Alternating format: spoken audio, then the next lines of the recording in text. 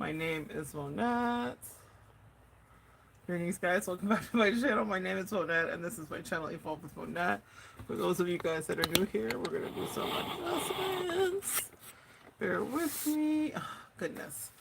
Live made us change the angle. It used to be that you could have it in any direction. Now you have to rotate it. So we'll see how long we stay over here in the live. We'll see if this gets uploaded as a live. All right, guys. So good to share some energy with you. I have a couple of things to chat with you guys about. I've been working with clients today, and there's so many lessons that I want you guys to take away from the work that I did today with you guys. So I'm always grateful when people allow me to share and people allow me to connect with you. Um, but the thing that you need to understand too, and also we're going to be doing a little bit of going through a new deck, Bob Ross. How fun, right? How Bob Ross Oracle deck, happy little deck and guidebook. So the thing that the client asked me to share today was about dating people when you are spiritually inclined, and the thing that she asked specifically was that you ask for what you want, because we often get conditioned to believe we can't have what we want, or having what we want may be hard, or having someone come in that really matches our swag and our style will be really hard and really difficult. And it's not difficult, but she also reminded me of Meg the Stallion and the prayer Meg the Stallion prayed. I think it's in one of her raps where she was like, if this person isn't for me, take them away. Gosh, guys, that can be so heart wrenching. And I've watched so many of my clients' hearts be wrenched, because God is no respecter of persons, but He is a respecter of prayers. And that prayer gets answered in ways that you just would never fathom, never want, never think would happen. Yet and still, there you are, having it be something that unfolds before you, and you're like, how did we get here? Nobody's supposed to be here, but you asked to be there. So I want you to know this from the client: you can have what you want when it comes to it. You can have someone that is equally yoked with you, someone that is capable of connecting with you, someone that is patient, and someone that wants to work with you. And when it happens, it's beautiful. Dating is very scary, okay? After you've been through narcissistic abuse, it's really easy to feel triggered by every single person that's around you. It doesn't matter how much work you've done. And if you are a spiritualist, because this person happened to be a practitioner, she's a yoga teacher as well as a Reiki healer. Uh, the thing is, you pick up so quickly on people's true intentions. And she spent a good time on the phone in tears today, because she had to. My stomach is churning even as I say it, because I feel her pain about it still. But she spent a good time on the phone in tears today, because she had to release someone. And the thing was, the betrayal hadn't yet surfaced. It was coming, and I could see it. She could feel it, and moreover, she could feel it, guys. Certainly, I get to help you guys, but you are your first line of defense, your intuition. Because she reached out to me several times over the weekend, and I was not available, but she was in crisis mode in a connection, and and she had to take strides with him in order to protect herself energetically. And it wasn't just it was a non-physical situation. It was a brand new dating situation. They hadn't been in the trenches together for years. But she had red flags about who this person was. And she reached out to me and was like, what do you think I should do? Da da da da. But guess what her angels made her do? Made it so that I was unavailable, so that she had to do the work herself. She had to extricate herself from that toxic situation. She had to move out of it. And then what we ended up doing today was just triaging the beautiful work she did of getting herself out of the connection. I could just validate for her what I saw, and we were able to move forward from there. But Sometimes I will not be here, and sometimes your friends will not be there. Sometimes your dad or your mom will not be there.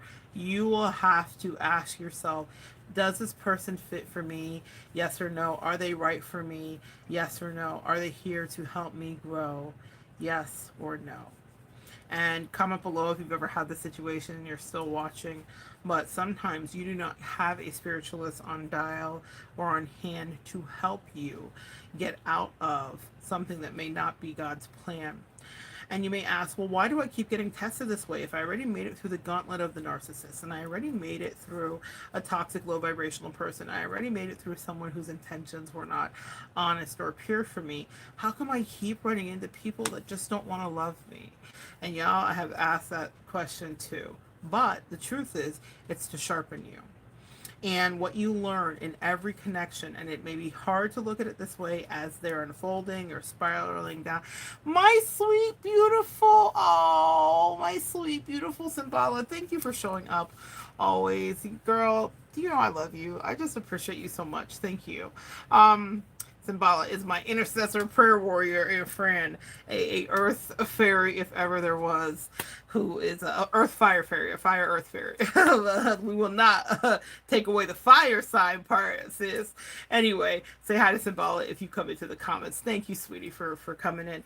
But when you are a spiritualist and you're dating, it's tough because you will want to give the benefit of the doubt. Here's the thing that I want you guys to know. I love you, girl. Here's the thing that I want you guys to know is that you are not immune to the fuckery that is afoot in the dating world. You could even attract to you someone who is also spiritual. Be careful that you do not project your spirituality onto them. That's something, that's something that definitely can happen. We as empaths will project our morality onto others. We also will project our spirituality. And what that means is the way that you would behave, the way that you would conduct yourself, the way that you would go about things is what you put on to someone else who's never demonstrated that they have the character or the ability to follow through and behave and conduct themselves in the same way that you would. And so what that means is that you can find yourself in connections where someone may mirror, because that's what we do in our relationships is we mirror. Someone may mirror to you that they are a certain kind of way, but when the nitty gritty of character comes up, you realize that nothing, as my grandma would say, until goes so, okay? Nothing at all goes like that, meaning they are not integrally the same person that you might have thought that they were.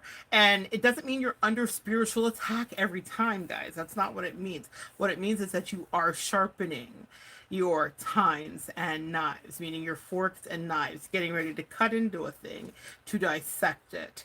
You are getting sharpened spiritually because what they want to see is, are you going to pay attention to the red flags or the green lights that are before you actually? And are you going to take out your limerence and attraction? And are you going to allow that to be overrode by what is factual and in front of you? It's a tough thing to do. One of the things that this client talked about very specifically was feeling disoriented and confused, and I so can relate. In any connection where I have ever felt confused or disoriented, I have known that's not necessarily coming from me. But you have to be so careful, empaths, because as empaths, you will meld energy, and don't be sleeping with somebody even before you sleep with someone or after, especially you sleep with someone. You are enmeshing your energy with them, and it means that it's hard to tell where they begin and you end, or you end and they begin.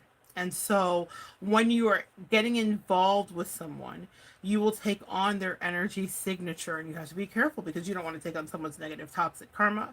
Let's say that they have a terrible time with manifesting, and you might be fantastic at that. You could have literally been dispatched into each other's lives to help each other evolve and manifest and rise.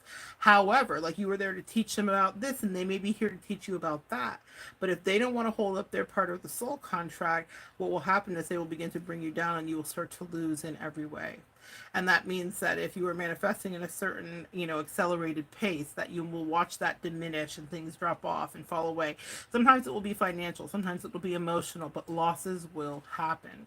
Sometimes it'll be metaphysical, but you will notice that you are being depleted to a certain degree because you're misaligned with someone's energy.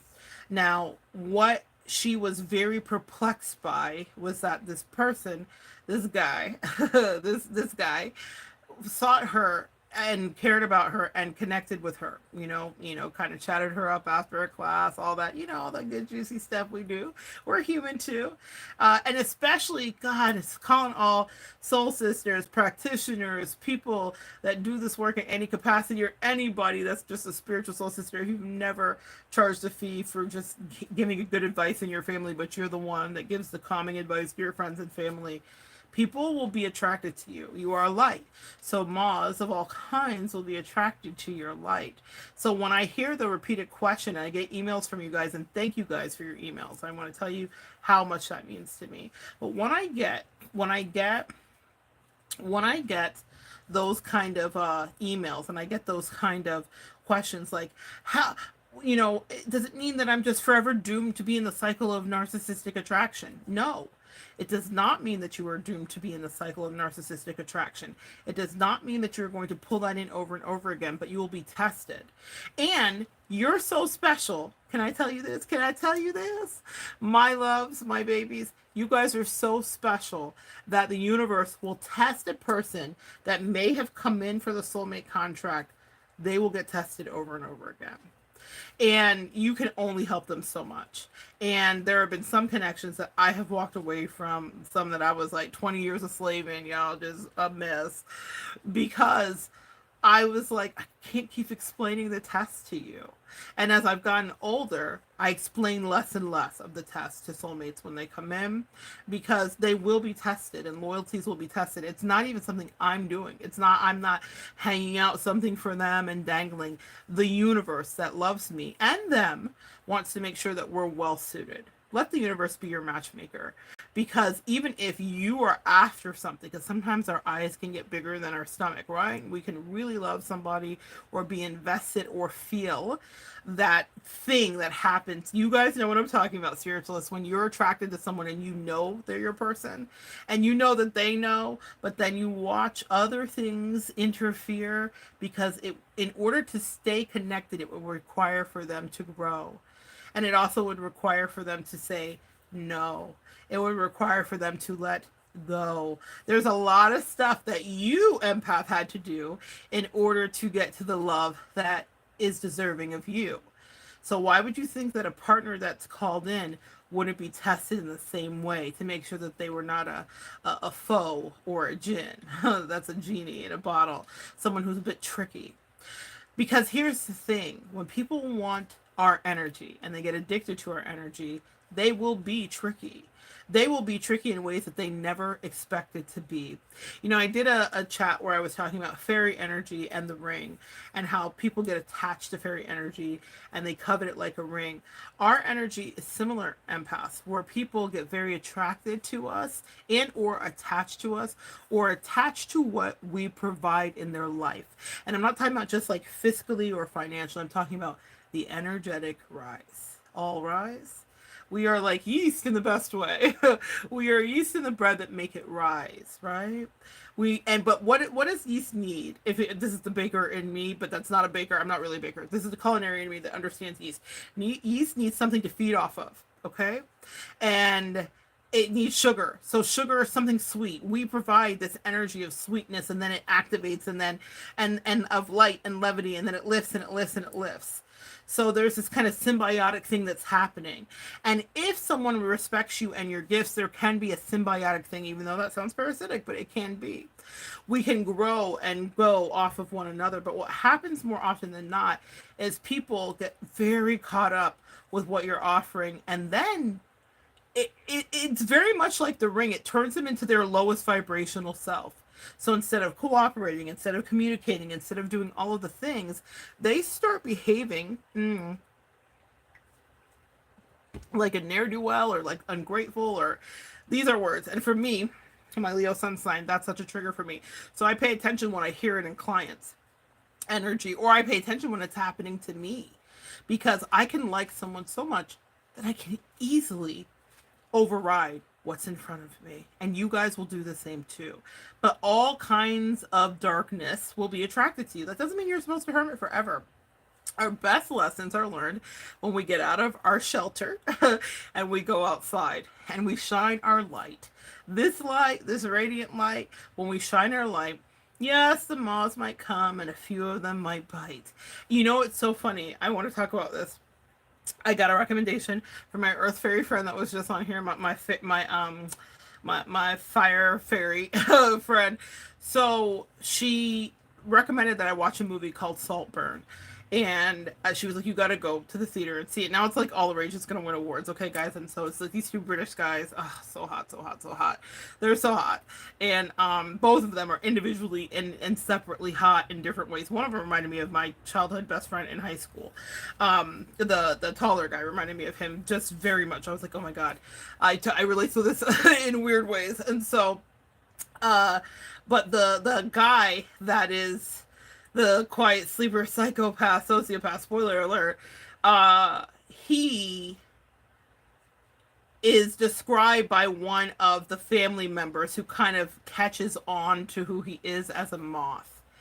And instead, because she was struggling to find like a metaphor for what kind of insidious, creepy thing he was, and they had their own dealings. And I'll leave the movie for I can't even be on YouTube describing their dealings. Their dealings were like cannibalistic. It was crazy, but they had their dealings, and so he, had kind of like gotten to her head a little bit. He knew, and that was his thing. His thing was getting into people's heads, so he knew.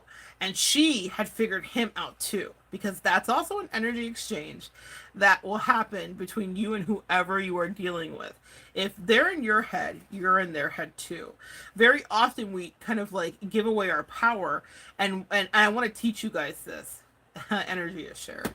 So what that means is that when I hear this question, hold the thought on Saltburn. When I hear this a lot. Oh my God, are they thinking me or whatever, whatever? Absolutely. The same way that you may feel like, if you feel any kind of way about them, it's the way that they have felt about you. Maybe you're not feeling it at the same time, but it in fact is the truth. That is the truth of the reality of the situation. Our energy is mirrored, and our connection is mirrored that way. And energy is always shared. So even if you're not feeling it at the same time, especially for a real connection, a soulmate, those toxic twins, all that shit, if you're not feeling it at the same time, I guarantee you, whatever you have felt in that connection, they have also felt too. So if you felt rejected, they did too. If you felt loved, they did too. If you felt embraced, they did too. If you felt well communicated with, they did too. If you felt ignored, they did too. So that is how that works, and that's how you know that you had work to do, even if you don't like the outcome of it. Now, back to Saltburn. She says, you are a moth. You ate them from the inside out. The description, I'm not even doing it justice. It was so apropos. It was so good.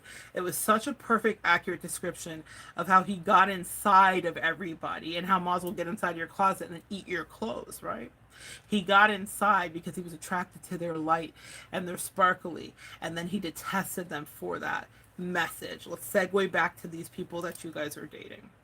When you are dating people, as a spiritualist, as a person who has a light, if you are a fairy, like my fairy friend that's here, and you have a light in you, and you have an integrity in you, she's probably one of the most integral people I have really encountered. And the reason I say that, I'm not just like blowing sunshine up her skirt. What I want you to understand is this. The reason that I can say that about her is because she's owned her shit with me and before I ever existed.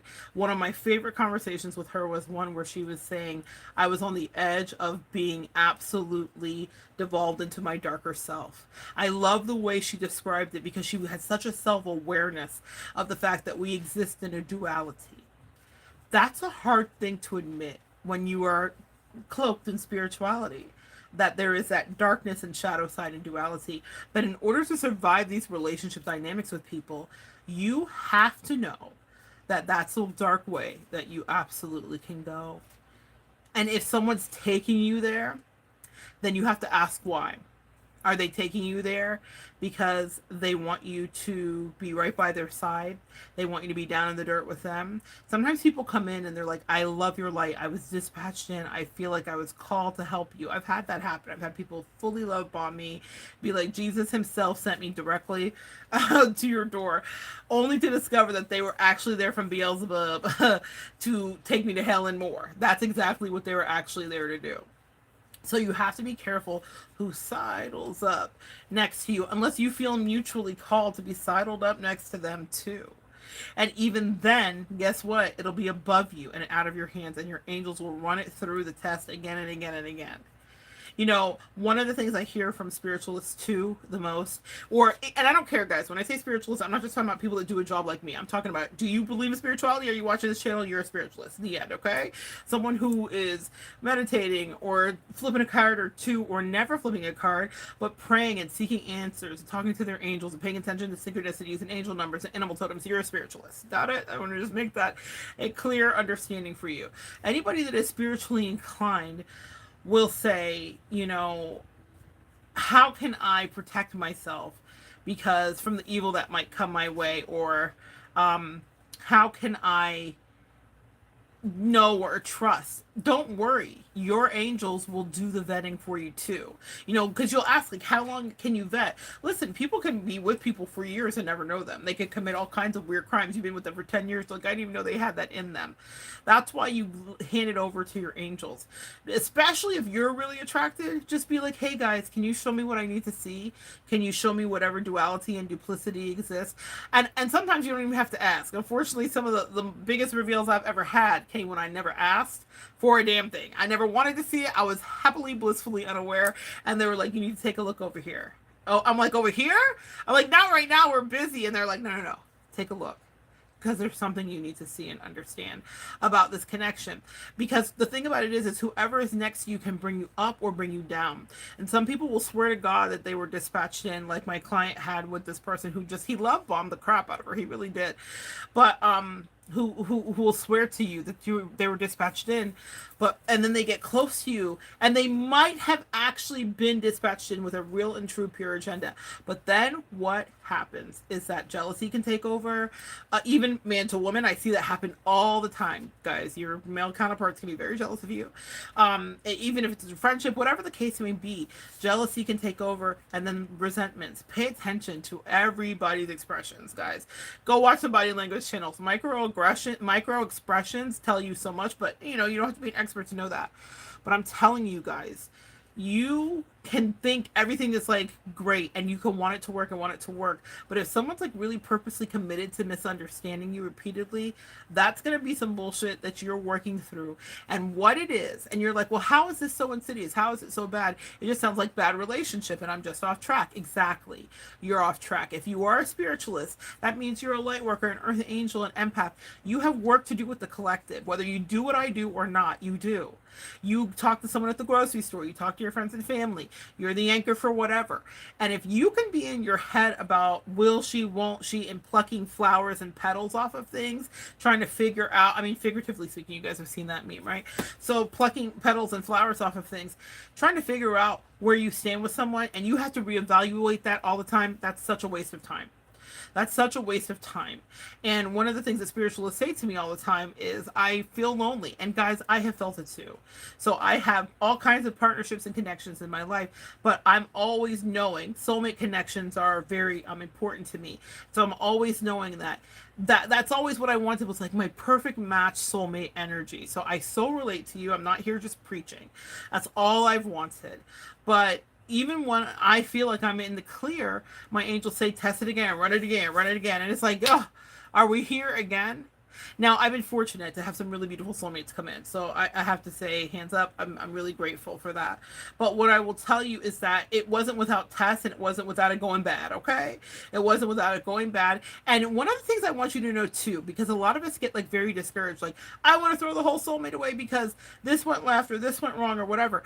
In the beginning of the connection, you will be tested very often, because you have to see if you're going to make it to the part where you really keep each other and fulfill a destiny.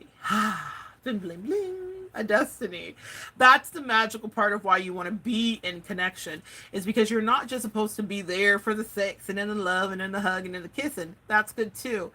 It's and all soulmate connections are not sexual, so that part as well. They can definitely be platonic. I think I have a soulmate connection with my bestie. So and that's a total platonic connection. But what I'm going to tell you is this: it's about your ascension. And so that means, can they stand up to themselves? Can they stand up to naysayers? When you come into people's lives, spiritualists, you will be a disruptor. Okay? Meaning, because you have boundaries, or because you are powerful, or because you know who you are, the people in their life may not like that. And what usually happens, that I've noticed with my clients and with myself, is that we will enter into someone's life and they will like us, and they will like us so much that they'll chat with their friends and family about us. And then they'll put eyes on us that we don't even know are there. So we can't defend ourselves. We have no idea that we're being scrutinized or gang stalked or whatever you want to call it. Because I've been gang stalked in the 20 years of slave situation for sure. They may be genuinely exuberant about us and really like us and be like, there's this really cool person in my life. You really have to meet them, or you should work with them, or whatever, right?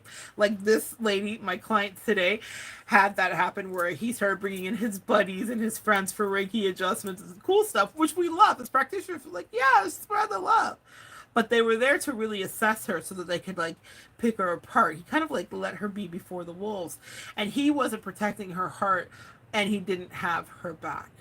And that's a thing that we will feel. And that's when it feels like spiritual attack, is when someone just kind of like leaves us out for the wolves. I remember saying that to an old connection of mine.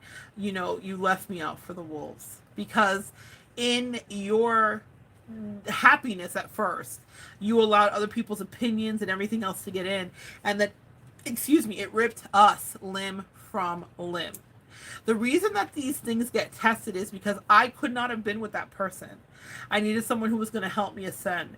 And I needed someone with whom I could set it and forget it. Now, that doesn't mean that you get into a relationship and you don't put time and energy into it. Of course you do. But what it means is that you have to build trust between you two, because there will be other storms and there will be other attractions. And listen, if you guys attract anybody worth their salt, they're going to be attractive too. And what that means is, you know, it may not be the homebody in you. It may not be that dynamic. You both might be stars. You have to be secure enough, and you'll be tried in your own insecurities about your jealousies, trust me, or they will be tried. And as you grow and grow and grow, there will always be people that want to get in the middle of that. That's the soulmate conundrum, and unfortunately the spiritualist like plague. We go through lifetimes with these people, and we meet up again and again, and every time we have to battle all their family and damn friends. It's insane. And I in my life have been like, angels, can y'all just send me somebody who actually is capable of managing that? And I've been grateful, because I've had people, you know, definitely take a crack at the bat, and I've been really appreciative of that. But I know who I am, and not all of you guys will have people that know who they are. You know who you are, meaning you're able to hold space, you're able to do what needs to be done. But it's, the thing is, I have compassion for my clients and for myself, and even for the people that seem to fail the soulmate mission, because it's tough to withstand all of those things. And sometimes it's not worth it for this one person to release other things. Even if that's what you're called to do, the person that you're dealing with may have to do what is right for them too. And that's where it's hard, because people say, but I don't understand, Monette. Like, how come they didn't quote unquote choose me? That's a big thing in this journey. But it's about you choosing you too, choosing you repeatedly, choosing yourself when you feel uncomfortable and for whatever reason or capacity, you know? So what I want to tell you is, if you want to have standards, get ready to be a little bit lonely. But someday, and I believe this because I've seen it happen in my own life, especially with Bestie, there will be people that come in that are willing to fight. Now, Bestie and I do a thing, and I'm just going to tell you guys this, because this is what fight looks like when you're dealing with lovers and friends. Tell me again, can we be lovers and friends? Someone wants to be lovers and friends with you. It's a good look, baby, a really good look. But as a friend, this is my Bestie, so as a friend, we take protection methods. Like we do actual candle rituals together to protect our relationship, especially if we display it. Right. So we noticed something happened over the summer. I did a video here with her. She doesn't ever like to be on camera. So she was just in the background. Now I know that I still have people that watch my channel that act like I don't, but gang stalking. Y'all know if you spiritualists, if you know, you know. So I have people that still are haters and that still don't like that I've extricated them out of my life, and that probably don't like that she's still in my life because she's totally held me down. Shout out to you, bestie. I super appreciate it. But in any case, once we exposed our relationship, and this is parallel, the reason I'm telling you this is because this applies to your romantic relationships too. Once we exposed our relationship, we noticed that we were having other issues that had never cropped up. Now, things that needed to get dealt with, it was time to clean house, and we dealt with it. I'm a talker, I'm a communicator. If someone will talk to me, we're going to work it out. I'm loyal to a fault sometimes. I'm working on being loyal to myself too. So we worked out what we needed to do. Once we cleared out all the cobwebs, once we used our throat chakra, once we spoke our truths, once we took a good watch, once I said, I see this, do you see this? She said, I see this, do you see this? I said, I don't like this. She said, I didn't like that. Once we had a real talk, when you're friends with someone, you have real talk. Then I said, all right, now, thank you for holding space with me. Thank you for being in the trenches with me. That was tough. Oh, say, can you see by the dawn's early light that there's haters that took a look at us and it's now on sight. So now we needed to go into battening down the hatches. That is all I've ever wanted for any soulmate connection, whether it's platonic or romantic, is someone who knows how to batten down the hatches with me. And that's what my client wanted. But she did not have that, you see, and that's what a lot of you want too. But I want you to know this. Maybe you need to hear this if this has never become your reality yet. That when you get with someone, they're going to have to move with respect to your relationship too. And that means you guys will be in spiritual warfare together. When I have a soulmate in my life of any kind, I am protective AF of them. I don't care who is the one circling, whatever sharks, quote unquote, are circling, I protect them with my life. And I incubate them until I'm sure about our synergy and how we connect before I put them out to anybody else. Can they withstand the threat? I remember telling my bestie years ago as I was disembarking from a very toxic relationship where my ex would manifest as a spider. And that's so funny. I have a funny story about that. And one of my Christmas purchases that is hilarious. My ex would manifest as a freaking spider. And my bestie is very spiritual. She's a medium and a psychic and all of that. So she totally got it. She didn't think I was crazy. She understood. And we were going to dinner one night at an Airbnb in a whole different state and town than she lives in. And there was a spider that was like scuttling under the car. And she just stepped on it as we were walking. And she was like, your ex says hi. She said my ex's name. She didn't let me see it. Now, here's another thing that happened. Before we left for that Airbnb, guys, this is what I mean by having someone in the trenches with you. We were at her house. She has a really rather large house, and she was doing laundry and running stuff from upstairs to downstairs. And the house is immaculate. When I say immaculate, my bestie is like a minimalist. So there's not much in the house. There's fully furnished, but it's not cluttered. Just to give you an idea. And and I was like, I'm going to do a load of laundry. She was like, absolutely. And she was like, you are working, so I'm going to switch over your laundry for you. And I was like, perfect. She went in to switch over my laundry, which was towels and sheets or something. And she didn't tell me because she didn't want me to freak out, but she saw a spider in the laundry.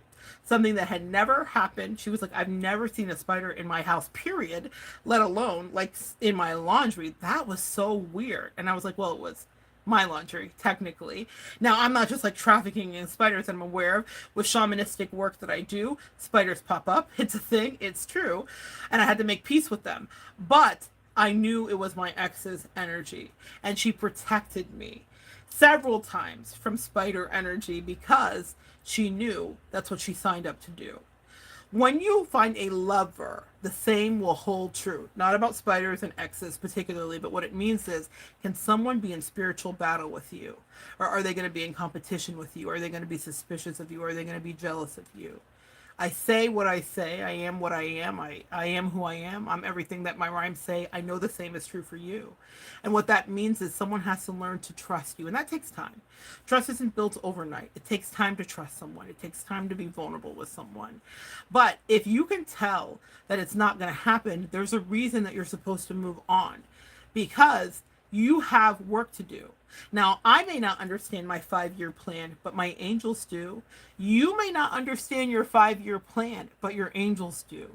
And whenever I've tried to drag someone kicking and screaming with me, who was like really committed to misunderstanding me, as my 20 years a slave situation was, or other people in my life, that, like, when I say committed to misunderstanding, you guys understand what I mean? There'll be people that will come in your life that literally you could explain it so perfectly and they're like, what? And when that happens over and over, because we all have a learning curve, what you realize is that you have someone that may have some other insurmountable things that have nothing to do with you. It doesn't mean they're a good or a bad person, but it does mean that they might not be the right fit. And that's really hard to accept. And we're like, but I thought this was it. Well, y'all, sometimes we think it is. And they get to prove it. You get to prove it, meaning you have to prove to them too. It's not always you testing them or the universe testing them.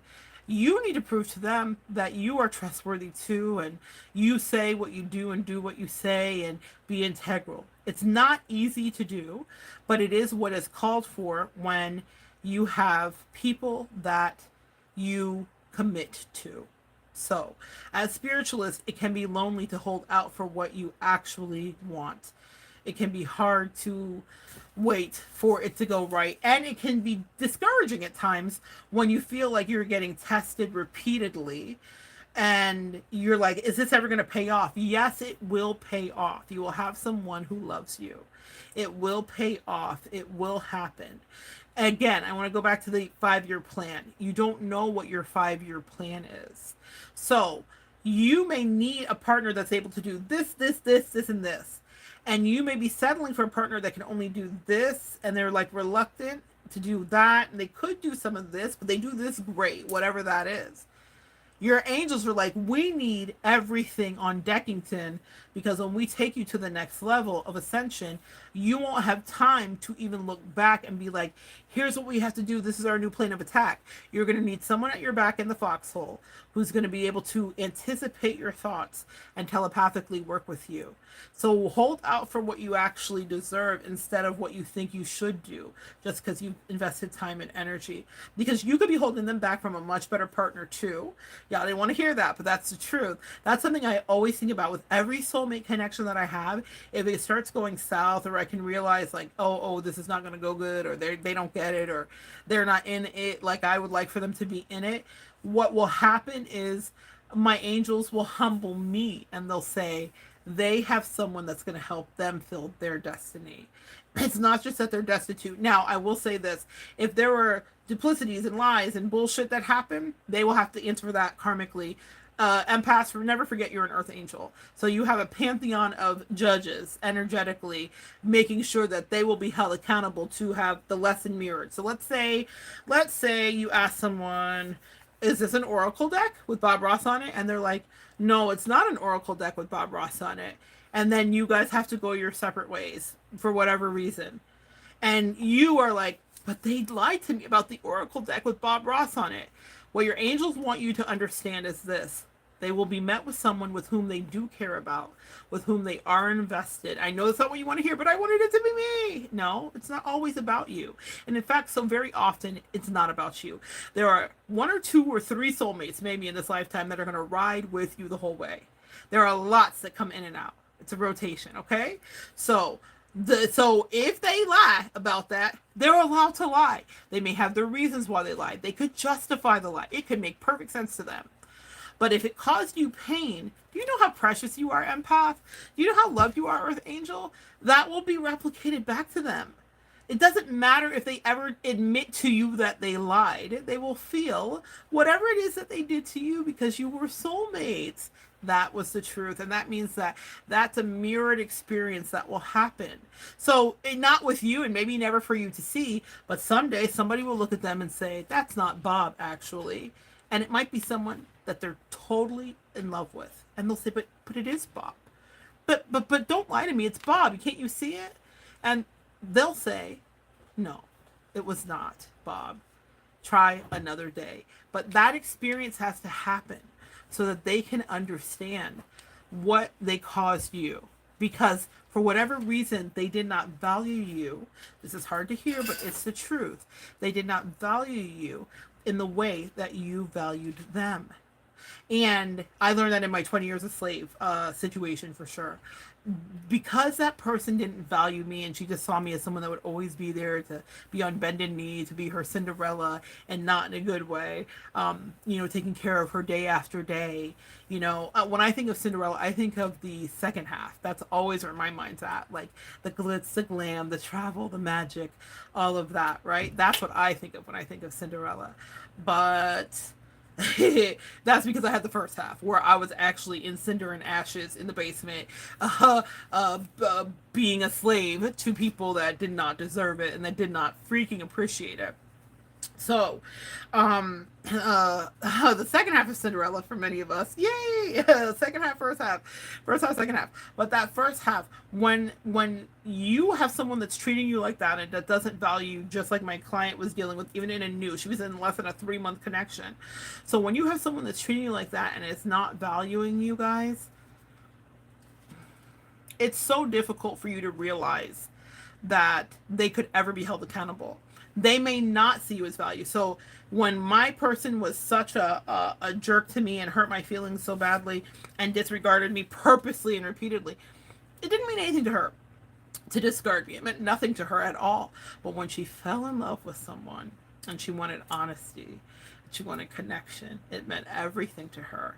And it was only then that the pangs of missing and of realization dawned on her and washed over her. And I know because she reached out. I know because she apologized in her own way. I know because she was like, this feels like a death. That's when she was rejected by someone that she was like, bye Felicia, get out of the way, please. She was kicking me out of the way. She was like, get out of here. That's when she realized my value. I could have never done that because as an empath, I was being too sweet and too nice and too whatever. Also, Queen of Swords energy for those that are also fuck shit with you. Now, here's what I do have is my throat chakra. So as I'm noticing F shit with people, I actively address it every single time because if there's a major disembarkation, then I'm like, do you remember exhibit A, B, and C? So we don't even have to talk about B. We don't have to talk about the final destination or of D because you understand that I've been communicating with you that this has been off the rails and I didn't understand why.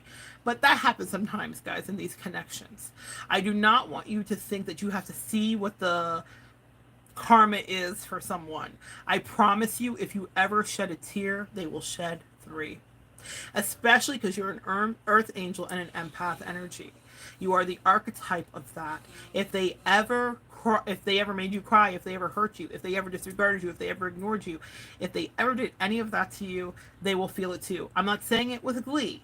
I'm saying it because it's an absolute reality. They can lie to themselves. They can lie to their pappy. They can lie to their mammy. They can lie to their daddy. They can lie to their auntie. They can lie to their cousin, to their bestie, to their therapist. They lie to everybody. But who they can't lie to is the accountants of the universe that are watching over you. That's how loved you are. So they can lie right to your face and be like, I never did that to you. I never said that. I never meant that. Say less. I hope for your sake you didn't. But what will happen is there will be retribution, kid. There'll be retribution, sir. There'll be retribution, sis, in any kind of way. And it won't be because I wish it on you. That's something that my 20 years of slave situation said to me. She said, I got the karma you wished on me. I said, I never had a heaven or hell to put you in, nor did I have any karma to wish on you, nor did I, because I wouldn't, because I don't move like that. I move integrally. I wouldn't want someone to wish something negative on me. Not that you didn't liberally do so. But what I understood in that moment was that she was immediately feeling the block spinning from the angels that were keeping a tally the whole time of things I would never hear. They loved me so much. They didn't want me to hurt. They love you so much. They don't want you to know some of the things people say about you, the way that they make you the butt of jokes with their family and friends. They don't want you to know the fullness of the disrespect, disregard, the ignoring, the lack of love, the lack of affection. They don't want you to know because you would never stop thinking about it. Empath, are we guilty? We can ruminate. They would never stop letting it go over and over in your head. And so what they did was they spared you. And you're like, ah, leave me for dead. And we can be quite dramatic about it. But they spared you from knowing how duplicitous that person was and how much they really didn't like you, or they were jealous of you in a weird way, or whatever. Whatever it was. And you were just there trying to make their life better.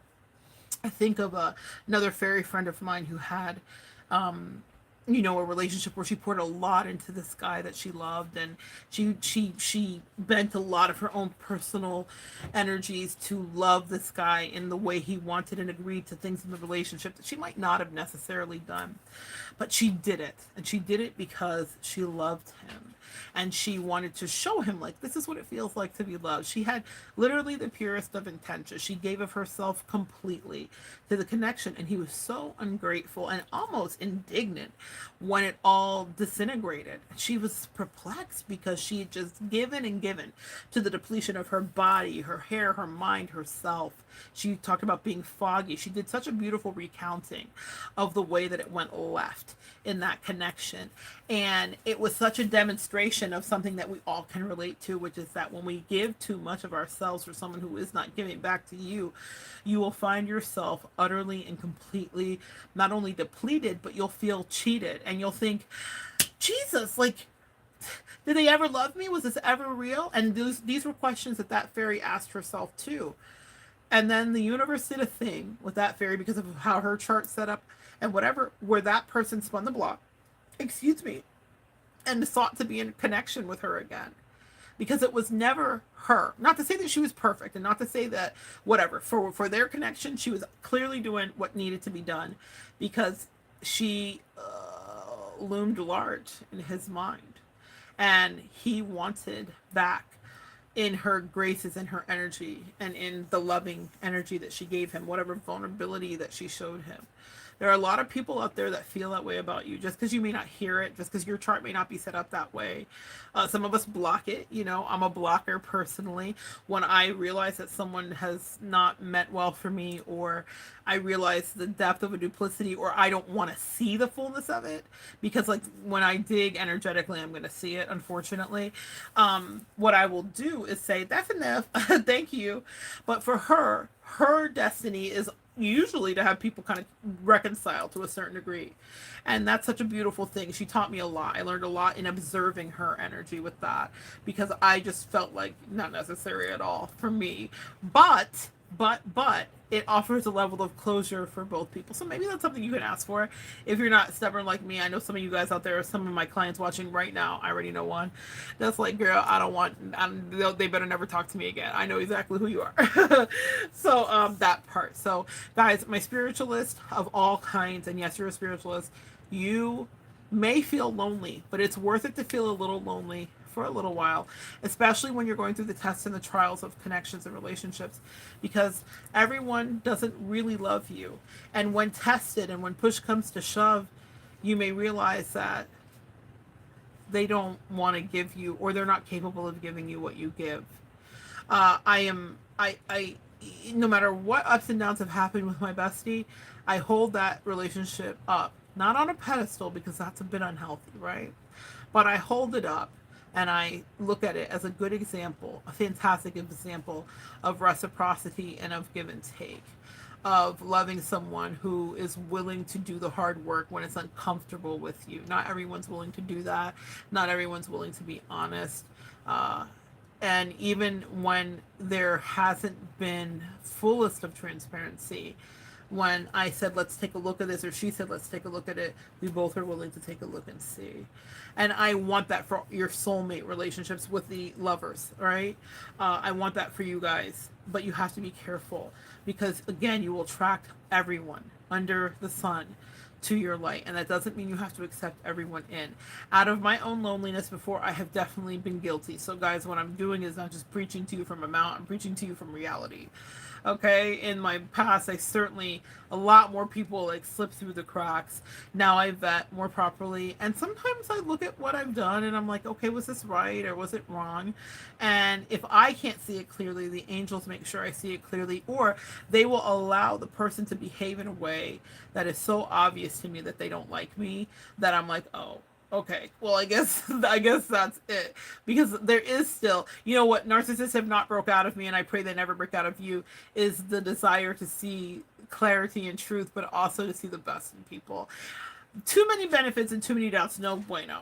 But I am not broken in that a way where it's like I can never have someone love me. I am not broken in that way where I can never love somebody. Even if they try, even if I feel hurt, even if I have to move on, I realize how much I learned. And with each connection you have, message, you are supposed to extract valuable intel. In the last couple of years, I got to soulmate date some fascinating people. I had some incredible dates, some incredible outings, some incredible dates, really. I had some incredible times. I did bucket list things. It was amazing. Yeah. And I learned so much about myself, about what I do like, what I don't like. I learned about what my expectations were. I learned about my patience. I learned about my lack of patience. I learned when someone was bullshitting me. It was fantastic. Now, I had learned all of those things in different examples, but this was not life ending toxicity. This was just little nudges on the head or moments of bliss and happiness. Okay. Because even the most toxic, there was one that I had to just fully X out. Still, I had a good time with at certain times, guys, and that's what I want you guys to take away from this. Dating or mating or reconnecting with people is not supposed to always just be horrible. It sucks when it sucks, and when it sucks, that's a tower moment, and it means get out. It means the person doesn't like you, you don't like them, y'all don't trust each other, it's gonna go bad. So pay attention to those intuitive nudges. I always try to leave with dignity and class and love them completely, and not lambast them. I try. I'm such a communicator that that's hard for me sometimes. But also, there's another thing I want you guys to understand about exiting these relationships if you're called to do it.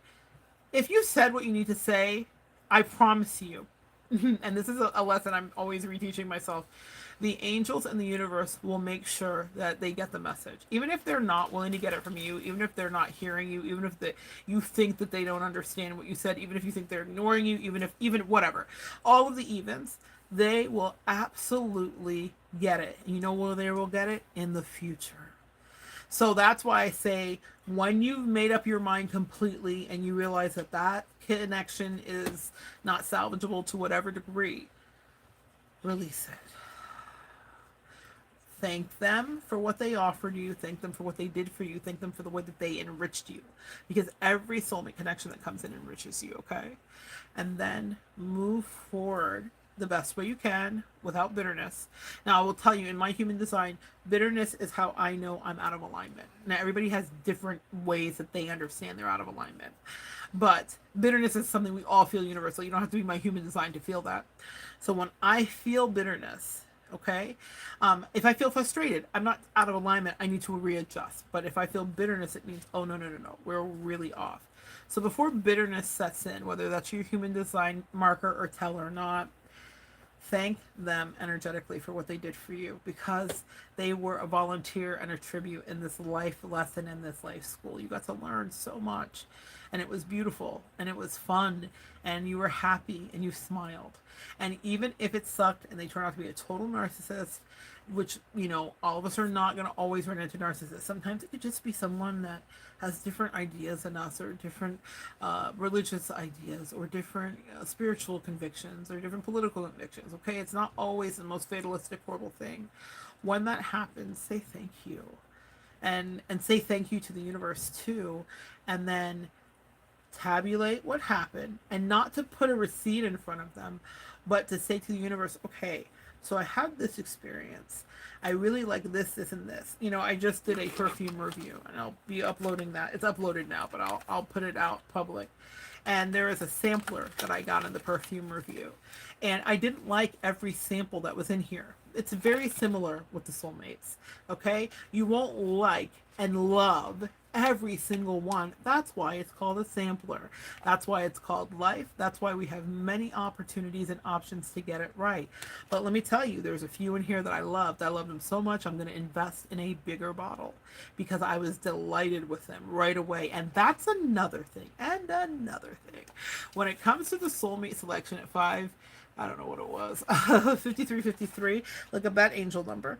When it comes to the soulmate selection, there will be some that you love right away, that you don't ever have to be convinced about, that no one's going to ever have to sway you, and no one could sway you from. That's something I want you to pay attention to, empath. If someone can easily sway your new soulmate, lover, friend, boyfriend, bestie, whatever, whoever, whatever package they come in, if someone can easily sway them away from you, then they were not yours. What you're looking for is object permanence, okay? And what I find as I'm counseling people and in my own experiences is that if someone does not have object permanence, when the tests come and the distractions come, they will quickly be like a baby and they'll just kind of like move their head to whatever direction.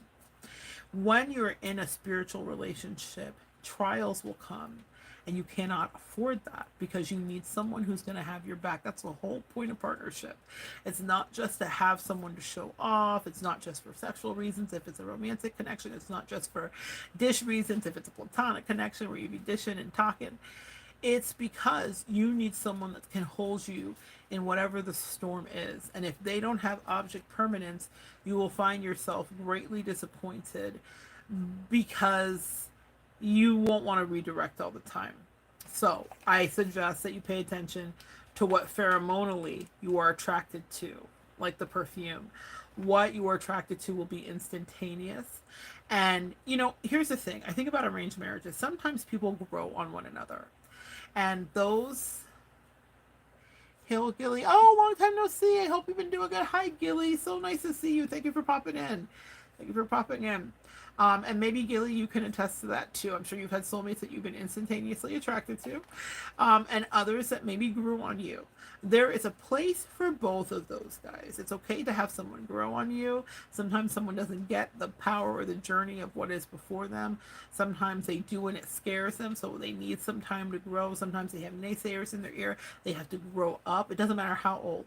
You know, in my life, a lot of the people that I've dated have been older than me, so they were people that were filled with maturity, and so, you know, they still had growing to do. I still have dated people that were cougars that still were a little bit more immature than I was sometimes.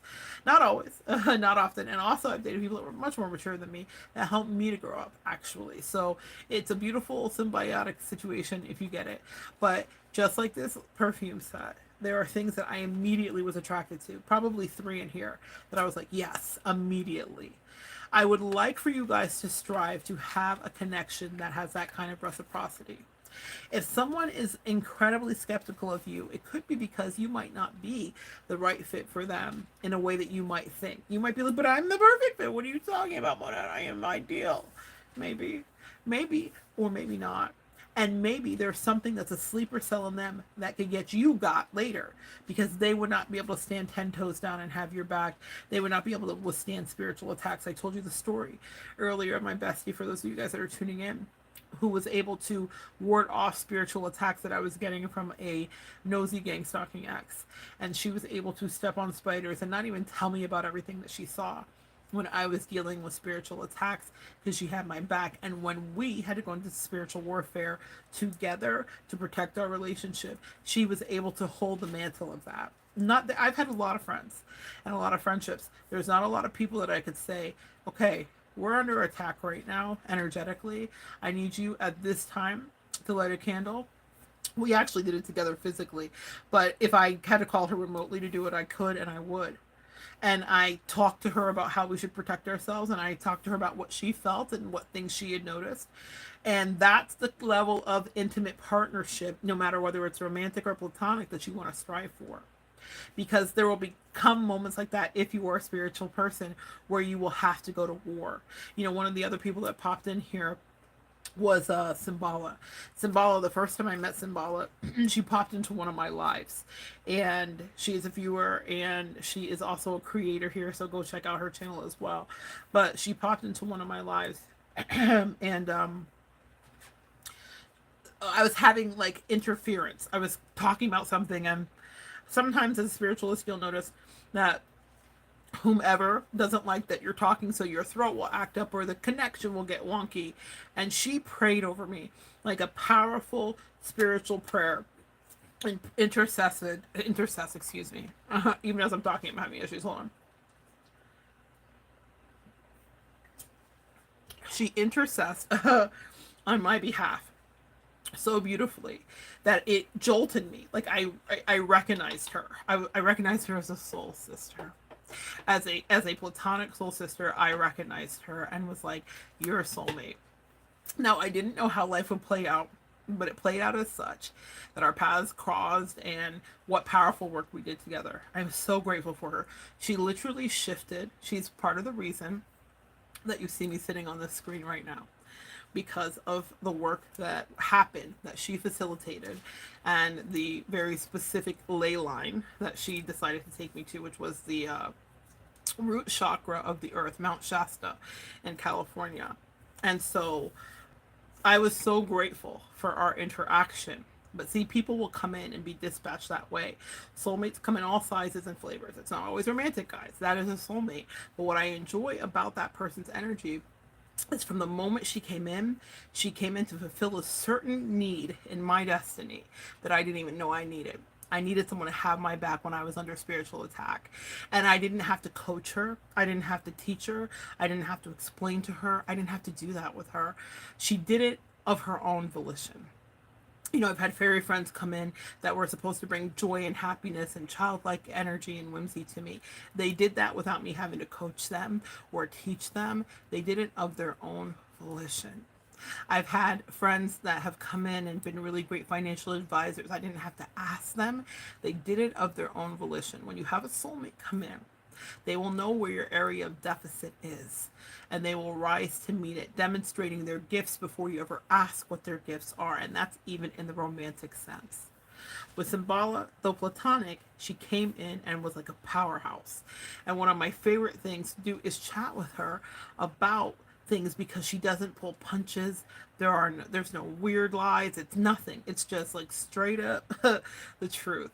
She's so clear on things that it helps bring clarity to whatever we're discussing, because with her there are absolutes. She's very much a fire sign, so there are absolutes. She's also doing healing too. I want to explain that dimensionally. So with 20 years of slave, I had someone who was a fire sign. They were the same sign, and so I was very triggered by that sign. And so my angels brought in people that had similar signs of things that had triggered me. And this will be how you work, and this is why we're on earth, guys. And so they brought in someone that was safe for me to relearn how to connect with, so that I didn't carry a grudge for that sign forever, as we will do. You know, it's just a weird thing that happens in spirituality. And so they were showing me not only are they safe, but they embrace their darkness and duplicity instead of lying about it or running from it or trying to mask it. She understood who she was because she had done the work before she got to me. It took us like a year to connect. And because she had done the work before she got to me, what happened was when we got together, our souls were able to sing and to see and to do the work that we were called to do. And she was able to take me to the root chakra of the earth, insisted on it. And I was like fighting it because I was like, girl, whatever. She was like, no, I feel really called that we're supposed to be up here on this night, in this night, da da da da.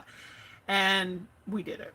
And I could not be more grateful. It literally broke chains off of me. That's the power of being interlined with a soulmate who may not even understand why they are dispatched in, but they are. I was under heavy kind of spiritual warfare, and I was dealing with a lot of resistance and my own issues and all kinds of stuff. And that time helped me to get so clear about what I needed to do. She was dispatched in to break chains, but guess what? She came in when I met her years ago, parasocially, breaking chains, speaking life, and stopping whatever demonic forces, evil, whatever words you want to ascribe to it.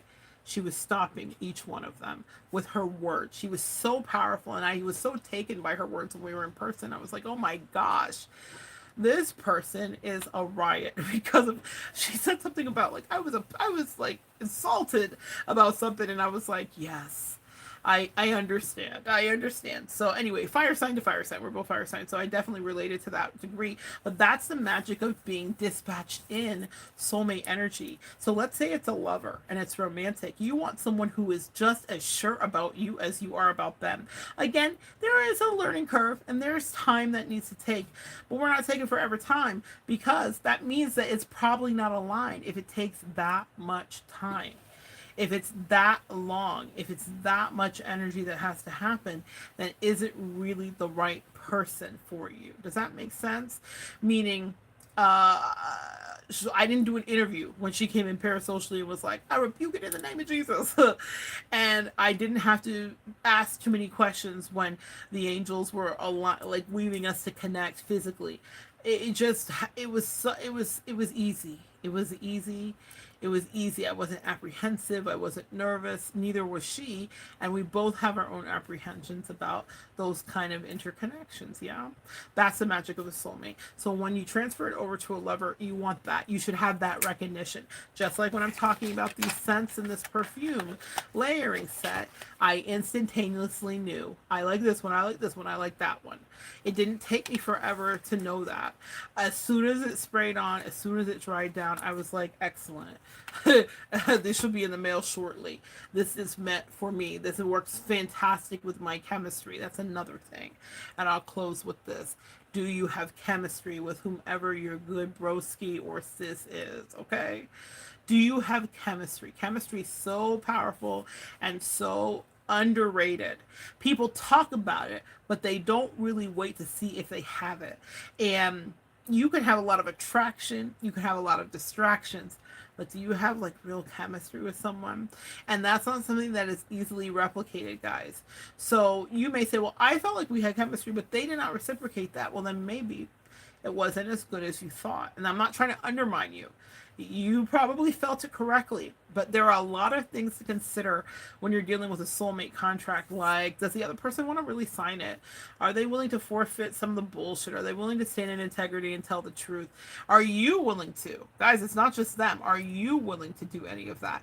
It is really difficult to release a lot of the trappings that have us earthbound, or maybe family bound, or maybe ex friend bound, or whatever, you know, guys. So I always try to view that with compassion, but chemistry matters. Again, you will know immediately which one is yours.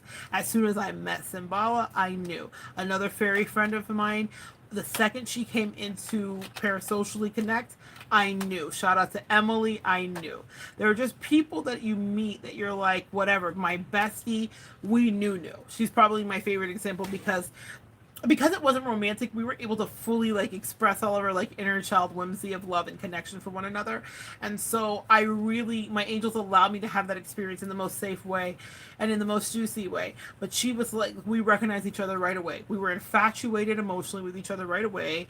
And it wasn't limerence and it wasn't creepy or crazy. It was totally, and we've been friends for almost 10 years now. So it wasn't like a flash in the pan. And it was very much a sustainable connection that we worked on. But she knew who she was, and I knew who I was. And I was a hot mess, too. That's the caveat for that. Sometimes people will come in to help you and be of service to you. I was a mess, and she had my back. She was able to have my back and hold me down while I was healing from trauma and from narcissistic abuse and stuff. And she was like, I got you. She knew me before it was happening, or she knew me while it was happening. So I was grateful because she wasn't a new person. I will say that is triggering when new people come in after you've been through narcissistic abuse because you think everybody's a boogeyman. But she knew who I was and she was really patient with me. But we had chemistry. Fantastic, sparkling, brilliant chemistry that I was like, I'm willing to work for this. I'm willing to stand up for this. I'm willing to fight for this, and not in a toxic fight for it way. We didn't have to do that. Just recently, like I said, did we have to be like, oh, okay, let's batten down the hatches. Bitches is mad. Say less. Let's spark up and let's get this done. And we did. But you want someone that is your romantic partner that will do the same for you, that you can be honest with and be like, listen, I feel like ish is off. Like, how are we going to handle this? I'm an intimate connector. You are intimate connectors and empaths. You guys like real visceral things. We don't run from connection. We run towards connection. We're like the firefighters of love. We run towards the passion and the flames. But we should not do it repeatedly to be burnt up and be insane. There is definitely a way that you learn when you're doing all these soulmate journeys, and it means don't end up on the gurney every time. Okay? If you can tell someone just is not feeling it for you and they're determined to kind of gaslit, play games with you, do whatever, as we call it now today, playing in your face, then disembark and understand, just like this box, there are so many soul mates. It's hard, man, and it's hard. I get put to the test all the time. I forget that there's eight. I mean, there's more than eight, but in here there's eight. I forget that you forget because you're like, oh my goodness. I will say the only time I've been so lucky as to just hit it out the park is with one, like, no, that's not true. I've had two really amazing soulmates in my life. One was romantic, and that relationship, even though it doesn't exist anymore, I love him to this day and will love him for the rest of my life. He was truly a soulmate, up leveled me in every way. What a blessing he was, but I knew it. That's another thing. When you enter into someone's life or they enter into yours, you have to have wisdom to know who they are. Even though our connection was not conventional at all, society would have poo-pooed it in a lot of ways for a lot of reasons. I knew who he was. I knew instantaneously, like the chemistry. I knew. And he knew, and words were said, and we knew. He didn't have to brainwash me. I didn't brainwash him. And I would advise that you strive for people that love you mutually. My bestie loved me that way too. It wasn't, I didn't have to beg her to love me. I didn't have to prove to her over and over again why she should. I didn't have to demonstrate why I was magical. She just was like, I'm so into you, girl. You're my soul sister from another mister and or a lifetime, and I will travel with you again and again willingly. I have never been loved so juicily. And I strive to love that way with romantic partnerships that way too, but sometimes it's not as easy to do because you are dealing with everyone's baggage, right? Now, my bestie had baggage in relationships, and so did I in friendships. We both had baggage there. But for whatever reason, we knew that we were the ones that would care. With the ex of mine, we both had baggage. But when we met each other, it was like, this is it. That's what I'm looking for. Even with my good fire fairy friend, we both just we're like, girl, I'm gonna support you. I got you. From a distance, from near or far, I got you. That's the beauty of those connections where you don't have to feel fledgling and insecure. You don't want to feel insecurity. Every relationship will be tested and it will happen at times, but it shouldn't be the baseline. And that's what I want to leave you with. My client felt like the baseline was off. That's what started this. So I had a client who had a terrible thing, but she got her way out of it. But the baseline was off. And even though someone was love bombing her and being like, I'm your person. Now, I've said that to people. I know when I'm someone's person, I don't miss. My angels are so freaking accurate. But soulmate contracts take two. There has to be a mutually decided upon entrance in. And there is a re-up. Just like when you sign a lease, you got to look at it again and again. Do you want to sign this again? Do you want to do this again? You might have a sparkling magical month with someone, or a sparkling magical year, or a sparkling magical decade with someone, and then it comes to an end. And that could be painful. But if it's going to start to get more painful to stay in the connection, your angels will make it disintegrate right before your eyes, because what they don't want you to do is be in a connection where anyone is telling you lies, especially repeatedly. That's not the way it's supposed to be. The reason that there are so many in the box, my loves, is because there are so many loves to be unlocked in this lifetime. So many different dimensions and flavors. I'm thinking love in a million different flavors. I don't know who that is. But yeah, I got a dinner plan. I think it's Swallow. That's Jason Derulo. That's real raunchy. Okay, so maybe there's a lover coming in for you. Swallow la la. Yeah, that's a different song. But anyway, love in a million different flavors is what I'm hearing. Okay. And that means you can be loved in so many different ways. And if you stick to something painfully, if I would have stayed in my 12 years a slave, 20 years a slave relationship, I would have never known the beautiful expression that would have come from a jinn or a fairy or a mermaid. I've had them all in the last several years. I would have never known what it felt like to have their love expressions or to learn about myself under the light of their love. You know, I would have never understood that. So I needed that growth to happen. So release what you think is like the best thing that ever happened to you, or the thing that you couldn't see yourself living without because you're attached to it, or because you're invested, or because y'all know how we do, okay? Release it, or have the bravery to release it. And yes, you'll go through the pain. For some of you guys, that means it's a divorce. For some of you guys, it means it's walking away. For some of you guys, it means it's boundaries. But release it, because what will happen upon that is you will inevitably and always be allowed to sample another flavor, another thing that's right for you. And it may not come along instantaneously.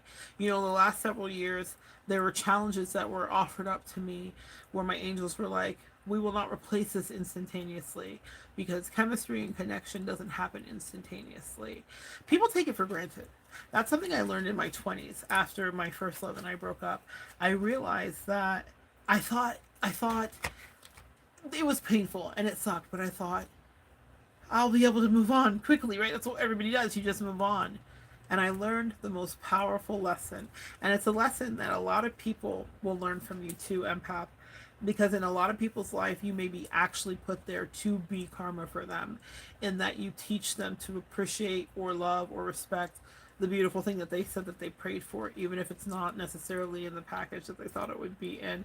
That's usually a lot of what happens, is people get caught up in that kind of like distraction and the kind of superficial trappings of the world. It doesn't matter what you look like. You could be a model and someone could be like, I don't trust people that look good. You know what I mean? Like, it's weird how people will make up excuses in their head about stuff. But what I will tell you is this: the lesson that I learned was so powerful. I had this longing and this missing for my ex, and it was a toxic relationship. We absolutely should have broke up. I have no regrets. I wish her absolute well. I made amends. We were together for 5 years. It was a long relationship, off and on, young love, first love, crazy stuff. But I realized that you do not just replace someone that you actually have real chemistry with instantaneously. You can date someone else. You can mate with someone else.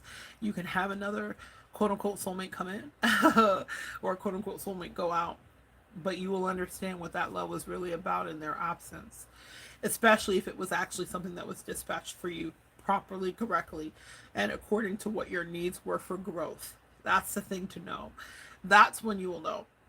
And even though we were toxic, I realized, oh, we had chemistry. And I will miss her. And yes, it wasn't supposed to stay because it wasn't healthy. But I was supposed to learn that you are not replacing. So that's a message for someone here. It's not a situation that I'm in currently. So this is definitely a channel message for someone. You may think that someone replaced you very easily, or that they moved on very quickly. Well, narcissists and codependent people will do that. They can't stand to be alone. It's usually us on the empath side who sit with ourselves and are by ourselves and take vows of celibacy and abstain and move away from the community and hermit. You know, we do all kinds of things, and maybe not in that combination, but all kinds of things. When you have real chemistry with someone, you can't replace them. And a lot of people that may have walked away from you, like the fairy friend that I talked about that had her ex spin the block, he realized, I can't replicate you. Damn, we had real chemistry. We had a real connection. I really loved you. You really got me. You really were patient with me. He can't replicate the love she gave him. And he may have burnt the bridge so bad that he can't go back. I realized with that ex that even though it was toxic, I wasn't able to go back to that relationship in the form that it was once in, because once love and trust is dissipated, it's gone. Didn't matter how much chemistry there was, that was there, and that was what was bittersweet. But it was a powerful lesson for me to appreciate, upon growth and evolution, the people that were in my life, because you cannot just replace people. You may take for granted while they're right in your face that they were exactly what you may have needed, but you will not be able to replace them instantaneously. Especially if they found a way to love you in a niche way, in a way that was very specific to your needs. So don't be so flippant to dismiss people if you have chemistry and there is an ability to work on a soulmate contract. And if you do have to get to the dismissal part, be in gratitude and thank them for what they offered, because that chemistry is not easily replicated. It doesn't matter if it was not supposed to last or it was supposed to last. Okay. All right, guys. So that is it. I'm going to go. We have two more things to do. I said I was going to do some Bob Ross oracles. I think I'm going to do that in a, well, I might log back on and do that. I might log back on and do that in a separate one because this took on a form of its own. So anyway, guys, so good sharing energy with you. Thank you for the people that popped in and commented. Much appreciated.